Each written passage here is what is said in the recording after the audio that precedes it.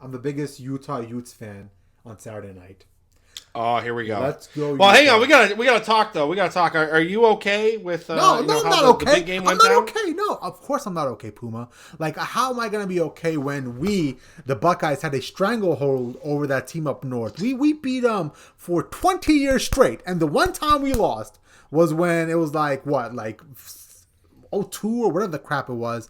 The fact that Urban Meyer and Jim Tressel had a 16-1 record against Michigan, the fact that we basically dominated that series for 17 years, and now all of a sudden we're 1-2. Like, Ryan Day has let the Michigan Wolverines win 2 straight games, and not just 2 straight games, getting embarrassed. Like, I am just so, as a Buckeye fan, I haven't been this embarrassed in a long time, Puma. Like, I'm not gonna lie to you, I am so embarrassed, and I'm getting so much crap from all these Michigan fans because I was talking a lot of shit. I'm not gonna lie to you.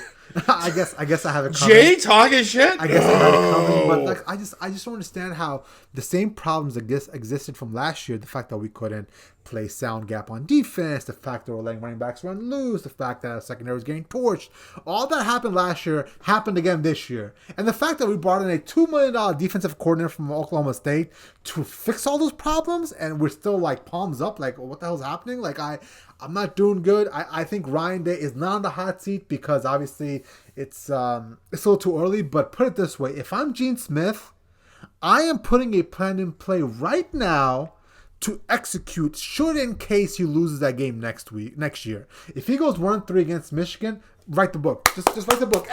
And you people that try to tell me from a national perspective that, oh, well, look at Ryan Day's record. That record doesn't mean jack shit if you don't beat Michigan. What you don't people understand, that people that aren't in the rivalry, is it doesn't matter what you do against Indiana. It doesn't matter what you do against Alabama. It matters what you do against Michigan.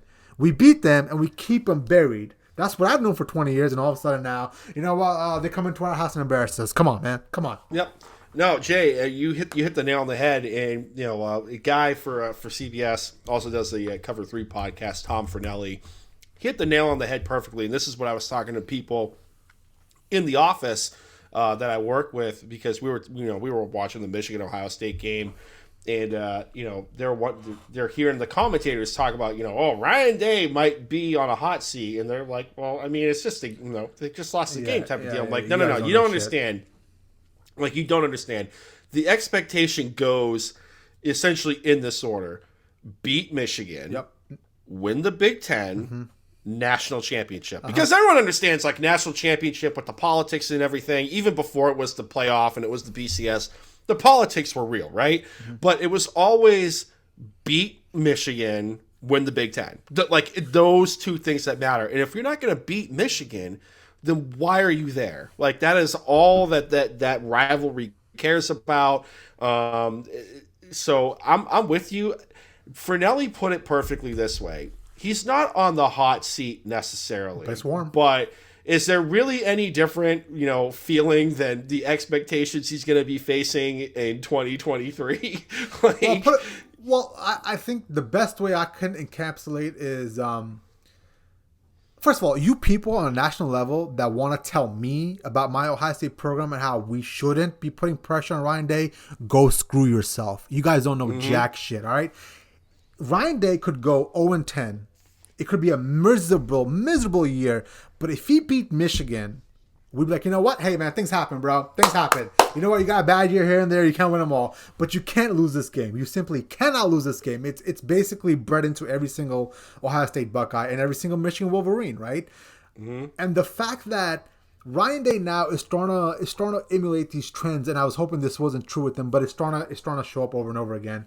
We lost to Alabama. We got run off the field in 2020, right? Remember that game? We were uncompetitive, right? We lost to Oregon last year when, our first knockout punch didn't land and we had to fight it out. We lost last year when, obviously, Michigan beat us, right?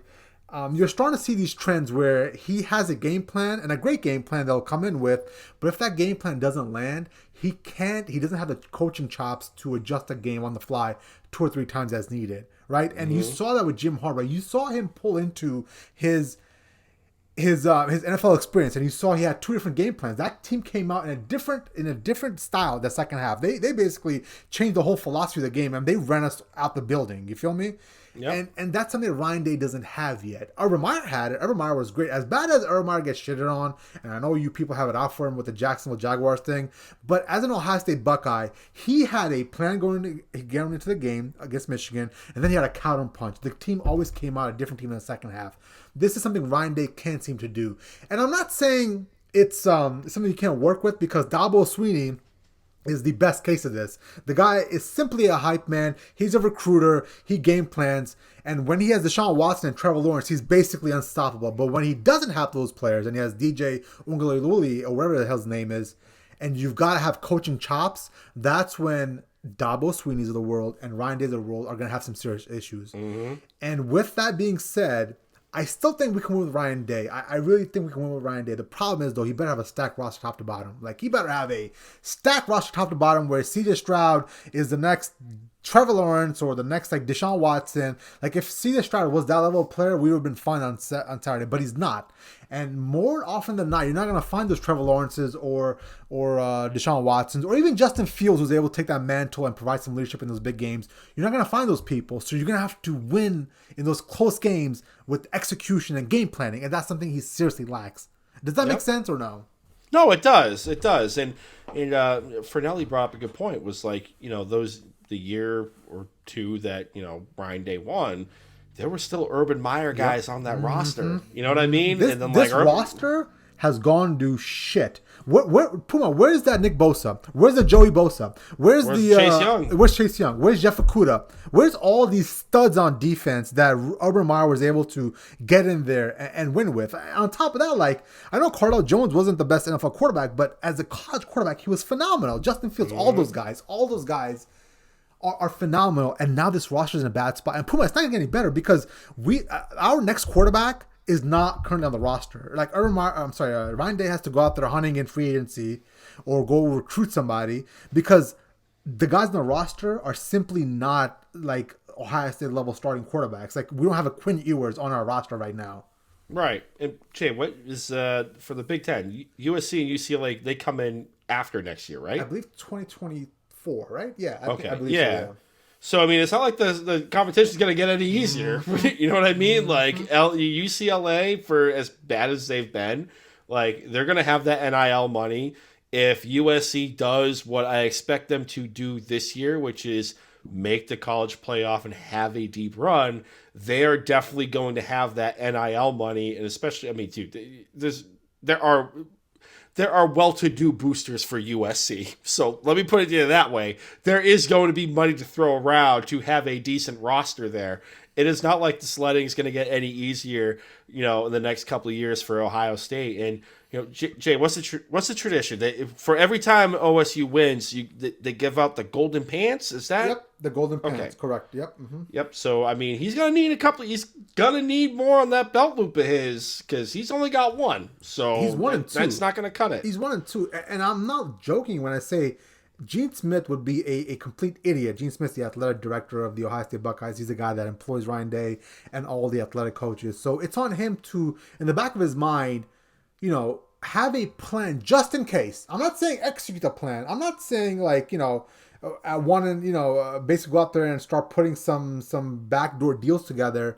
But know in the back of your mind, if he does go 1 and 3, this is a problem you're gonna have to confront immediately the next day. Like next year comes around, Saturday for the Ohio State Buckeye game against Michigan. If we lose that game Sunday, he better have a plan figured out on how he's gonna move off of Ryan Day and be who's gonna be the next head coach.